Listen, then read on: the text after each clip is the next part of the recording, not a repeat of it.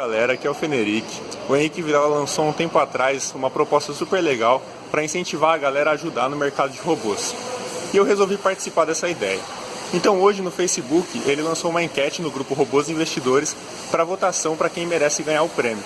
E eu estou entre os 5 finalistas. Então eu peço que, se você está gostando do meu trabalho, que você vote em mim para me incentivar. Eu vou deixar o link do grupo na descrição. É isso aí, galera, bora pro vídeo. Olá a todos, esse é o 5º vídeo da série Introdução em MQL5 e nele vamos falar sobre structs e funções. No vídeo anterior falamos sobre arrays, que são estruturas que permitem armazenar uma sequência de variáveis de um mesmo tipo, como fizemos aqui com a abertura, por exemplo, que tem 3 posições e conseguimos armazenar um valor na posição 0, outro na posição 1 e outro na posição 2, o mesmo para os outros arrays que fizemos aqui. Também vimos loops, vimos o loop while, que funciona de forma muito parecida com o if, porém ele continua checando a condição e reexecutando o código, e vimos o loop for, que funciona da seguinte forma: ele inicia alguma coisa, no caso uma variável declarando-a igual a 0, depois faz uma comparação e enquanto essa comparação for verdadeira, ele segue o ciclo. Execução do que está dentro das barras, incremento, no caso um incremento da variável i, e novamente comparação, execução, incremento, comparação, execução, incremento, comparação, até que a comparação seja falsa. Vamos começar o conteúdo de hoje vendo o que é uma struct. Quando queremos armazenar um número inteiro, uma informação do tipo inteiro, temos uma variável chamada int para isso.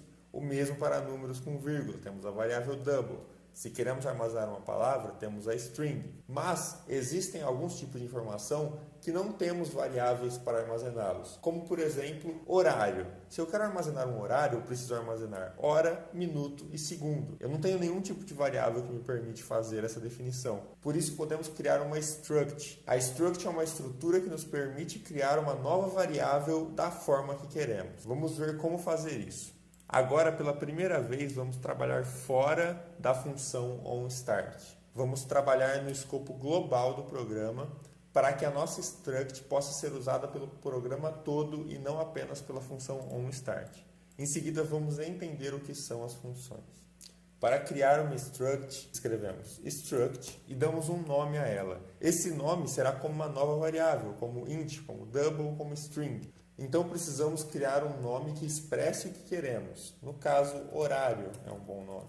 Então abrimos e fechamos chaves e colocamos ponto e vírgula. Então entre as chaves vamos escrever o que queremos. No caso, o horário precisa de hora, minuto e segundo. E os 3 são variáveis do tipo inteiro. A hora é um inteiro, o minuto é um inteiro e o segundo é um inteiro. Então fazemos int hora, int minuto e int segundo. Criamos uma struct. Vamos declarar uma variável desse tipo, então. Da mesma forma que declararíamos uma variável do tipo int, vamos criar uma variável do tipo horário e vamos chamá-la de, por exemplo, início.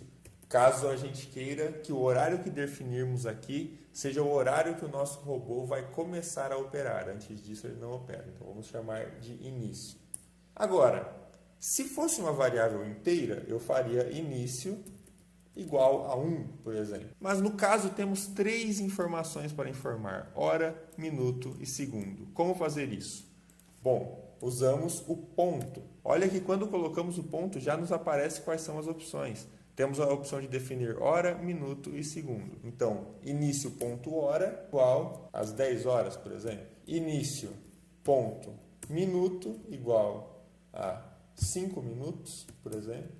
Início ponto segundo igual a 0, por exemplo. Dessa forma, se criarmos os condicionais da forma correta, vamos ter um robô que só opere a partir das 10 horas e 5 minutos. Então, as structs são interessantes para organizar informações. E em MQL5 já existem muitas structs prontas. Mesmo para horário, como fizemos aqui, foi apenas um exemplo. Já existe uma variável pronta que armazena hora, minuto, segundo, milissegundo, dia e outras informações sobre o horário. Não só essa, mas também existem outras structs relacionadas aos preços, por exemplo, dos candles, que nos permite ter um acesso mais fácil às informações que queremos. Nos possibilita implementar o código de maneira mais fácil e rápida. A partir dos próximos vídeos, vamos começar a ver essas estruturas e outras funções de MQL5. Agora, para fechar a parte básica, vamos entender o que é uma função. Toda função tem um nome, tem o corpo, que é tudo que está entre as chaves, e o seu tipo, que é void. Já vou explicar o que é void. Vamos entender então o que são funções. Eu vou criar uma aqui primeiro e depois explicar para vocês. Bom, aqui eu criei um código simples, declarei 3 variáveis A, B e C, dei valor a A e a B, e em C eu quero armazenar o resultado da soma de A mais B. Claramente eu podia simplesmente fazer C igual a A mais B. Super simples. Porém, caso seja algo muito complexo que eu queira fazer, que leve muitas linhas de código, e eu queira fazer isso no meu programa muitas vezes, seria interessante eu ter uma forma de fazer esse código uma única vez e poder executá-lo diversas vezes ao longo do meu programa quando eu quisesse. Existe, e isso são as funções. Soma é uma função. Ela pode ser chamada quantas vezes for necessário ao longo do código. Vamos retirar isso para não confundir. Aqui embaixo estamos chamando a função pelo seu nome e entre parênteses estamos colocando os parâmetros dessa função. Notem que na declaração dessa função, que deve ser no escopo global também, na declaração dela estamos colocando entre parênteses que ela deve ter 2 parâmetros, e esses dois separados por vírgula, e esses 2 parâmetros têm que ser do tipo inteiro. Estamos especificando que nossa função recebe 2 valores do tipo inteiro. Então, ao chamarmos a função, utilizando o seu nome, entre parênteses devemos colocar os 2 valores do tipo inteiro que queremos. Então, nesse caso, a variável A passou a ser o chamado valor 1 e a variável B passou a ser o chamado valor 2. Então, quando chamamos a função no nosso código, como fizemos aqui, estamos pegando esses valores de A e B e jogando respectivamente nas variáveis valor 1 e valor 2. Portanto, dentro dessa função, temos que entender que a variável valor 1 e a variável valor 2 são referentes às variáveis que foram enviadas. Poderia ser AB ou poderia ser outra coisa. Se criarmos mais código aqui, int D, E e F. Em D colocamos um valor, em E colocamos outro, em F colocamos a soma de D e E. É a mesma coisa, estamos novamente chamando a função, dessa vez com os valores D e E, e esses valores estão se transformando em valor 1 e valor 2. Podemos, ao longo do código, chamar a função quantas vezes necessárias com os parâmetros que queremos. Agora vamos entender o que está acontecendo no corpo da função. Primeiro declaramos a variável resultado e nela armazenamos a soma de valor 1 com valor 2, que, como já vimos, são os valores das variáveis que foram passadas para a função. Então, o resultado está armazenando a soma desses valores. Então, escrevemos return resultado, o que faz com que o valor da variável resultado seja, entre aspas, enviado de volta. Aqui vemos que o tipo dessa função é int, ou seja, o return dela, o retorno da função, tem que ser do tipo int. E aqui vemos que o resultado é um int. Então, está correto. A função é do tipo int, portanto, o seu return tem que ser do tipo int. Então, o que está acontecendo aqui é que na variável C está sendo armazenado o valor do return dessa função, no caso, o valor da variável resultado. E nessa aqui, novamente, a mesma coisa, está sendo armazenado o valor de resultado. Vamos seguir um passo a passo de como esse código vai funcionar para esclarecer o conceito de função. Serão declaradas as variáveis, na variável A armazenado o valor 1 e na variável B armazenado o valor 4. Então, nessa linha o que acontece? É chamado a função soma com os valores 1 e 4. Portanto, o código vem para essa parte com valor 1 sendo 1 e valor 2 sendo 4.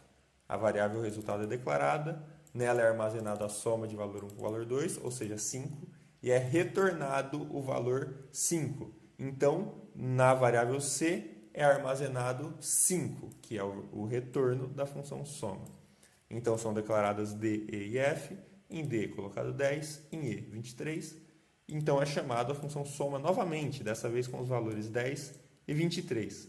Portanto, o valor 1 passa a armazenar 10 e o valor 2 passa a armazenar 23. E em resultado, é armazenado 10 mais 23. 33 e retornado. Portanto, em F se armazena o valor 33. E aqui vamos exibir os valores de C e F para vermos que tudo funcionou corretamente. Vamos ao MetaTrader e executamos 5,33, como previsto. Vamos agora para a aplicação. Bom, nessa aplicação eu pretendo obter o mesmo resultado que obtivemos na aplicação anterior, porém de uma forma diferente. Eu quero obter a média de 3 períodos dos 3 últimos candles. Para isso eu criei uma estrutura, que eu chamei de preços, que tem 4 informações do tipo double: abertura, fechamento, máxima e mínima. E além disso eu criei uma função que calcula a média. Essa função, chamada média, tem um retorno do tipo double, ela é uma função do tipo double, ou seja, o retorno dela tem que ser um double, e ela recebe como parâmetro, como na outra vimos uma função que recebia 2 parâmetros do tipo int, nessa ela recebe um parâmetro só, e esse parâmetro é do tipo preços, porque criamos uma struct chamada preços. Essa struct ela é uma variável, como qualquer outra. Então aqui estamos recebendo uma struct, uma variável do tipo preços, que chamamos de candle. Eu não vou explicar isso com detalhes, mas como ela é uma struct, você precisa colocar um e-comercial antes do nome da variável, porque ela tem que ser passada por referência e não por valor. Não vou explicar o que é isso, não acho que é necessário para entender o que está acontecendo. Basta saber que quando você for passar uma struct que você criou ou uma struct padrão do MQL5 como parâmetro para uma função, você precisa passar por referência, então precisa colocar o e-comercial antes do nome da variável. Então o que essa função está fazendo? Ela está recebendo uma variável do tipo preços, uma struct, que chamamos de candle, então está pegando o valor de abertura, utilizando o ponto, pegando o valor de fechamento, de máxima, de mínima, somando e dividindo por 4. E retornando isso. Portanto, se chamarmos a função média, vamos obter como resultado dela a média do candle que passamos como parâmetro, utilizando a struct preços. Então vamos ver a nossa função onStart aqui. Declaramos um array do tipo preços, ou seja, é uma variável que armazena uma sequência de valores do tipo preços, sendo que preços armazena 4 variáveis do tipo double. Então, na posição 0 da nossa variável últimos candles, que chamamos, vamos armazenar na abertura, utilizando o ponto, um valor, no fechamento outro, máxima e mínima outros valores. Então, observem bem o que está acontecendo aqui. Estamos pegando uma variável do tipo preços, que é um array, e na posição 0 dessa variável estamos colocando esses 4 valores utilizando o ponto, para acessar a abertura, fechamento, máxima e mínima, que são os valores que nós declaramos aqui. Então fazemos o mesmo com a posição 1 e com a posição 2. Como o nosso array tem 3 posições, essas posições são 0, 1 e 2. Iniciando de 0 e indo até o tamanho do array menos 1. E aqui fazemos o for como anteriormente, como na situação anterior. Porém, dessa vez, ao invés de fazermos os cálculos dentro do for, chamamos a função média, passando a variável preços da posição i como parâmetro e armazenando isso na variável que eu chamei de média 3 períodos. Então, começando com i igual a 0, nós passamos como parâmetro últimos candles de 0 para a média. Então, o que vai ser recebido aqui é uma struct do tipo preços da posição 0. Então, vai ser acessado o seu valor de abertura, que no caso é 10, fechamento, 10,5, máxima, 11 e mínima, 9,8, dividido por 4 e retornado.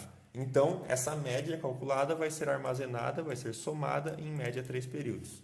O mesmo vai acontecer para as posições 1 e 2, devido ao incremento de i, e por fim o valor vai ser dividido por 3 para calcular a média de 3 períodos. Compilamos, vamos ao MetaTrader, limpamos e executamos. Como no código anterior, temos o resultado 10.708. Outros 2 detalhes que precisamos ver antes de fechar esse vídeo. O que significa void? Void significa um tipo de função que não tem retorno nenhum. Notem que não colocamos retorno nenhum no final dessa função. Portanto, sempre que você quiser criar uma função que não tenha retorno, o tipo que você deve utilizar é void. Se ela tem retorno, o tipo tem que ser do seu retorno, seja ele double, int, string ou o que seja. Notem também que a função onStart não recebe nenhum parâmetro de entrada, então você simplesmente abre e fecha o parênteses. E, diferente de média, nós chamamos a função média aqui, por isso ele executou a função média, porque no nosso código nós chamamos a função média. Mas em nenhum momento nós chamamos a função onStart, ele simplesmente executou a função onStart. Por quê? Porque onStart é um evento. Um evento é uma função que é chamada automaticamente quando alguma coisa acontece. Isso é algo específico do MetaTrader, específico de MQL5. Em scripts existe o evento onStart, que é um evento que é chamado quando o script é colocado no gráfico. Portanto, uma vez que você coloca o script no gráfico, isso é um evento. E esse evento faz com que a função onStart seja chamada e sua execução comece. Em indicadores e robôs, existem outros eventos. Um exemplo de evento é o evento onTick, que existe em robôs. Ou seja, a cada novo tick que acontece, a cada novo negócio, a cada novo preço, a função onTick é chamada. Então, quando começarmos a ver robôs, vamos ver que a parte que toma decisões de compra e venda no robô devem ser feitas dentro da função onTick. Porque a cada novo tick nós queremos avaliar se devemos comprar, vender ou não fazer nada. É importante observar também que essa struct que eu criei, abertura, fechamento, máximo e mínima, também já existe pronta. Nós vamos também vê-los nos próximos vídeos. Bom, esse vídeo termina aqui e aqui também termina a parte básica de programação. Claramente isso não é um curso completo, não tem todo o conhecimento que você teria em um curso completo de programação, mas é o suficiente para começarmos a ver a parte específica de MQL5 e, caso forem surgindo coisas que não foram explicadas, vamos aprendendo de acordo com o desenvolvimento dos nossos robôs, indicadores e o que seja. Acho que essa é a forma mais interessante, mais dinâmica de fazer isso, para não ficar muito maçante essa parte inicial.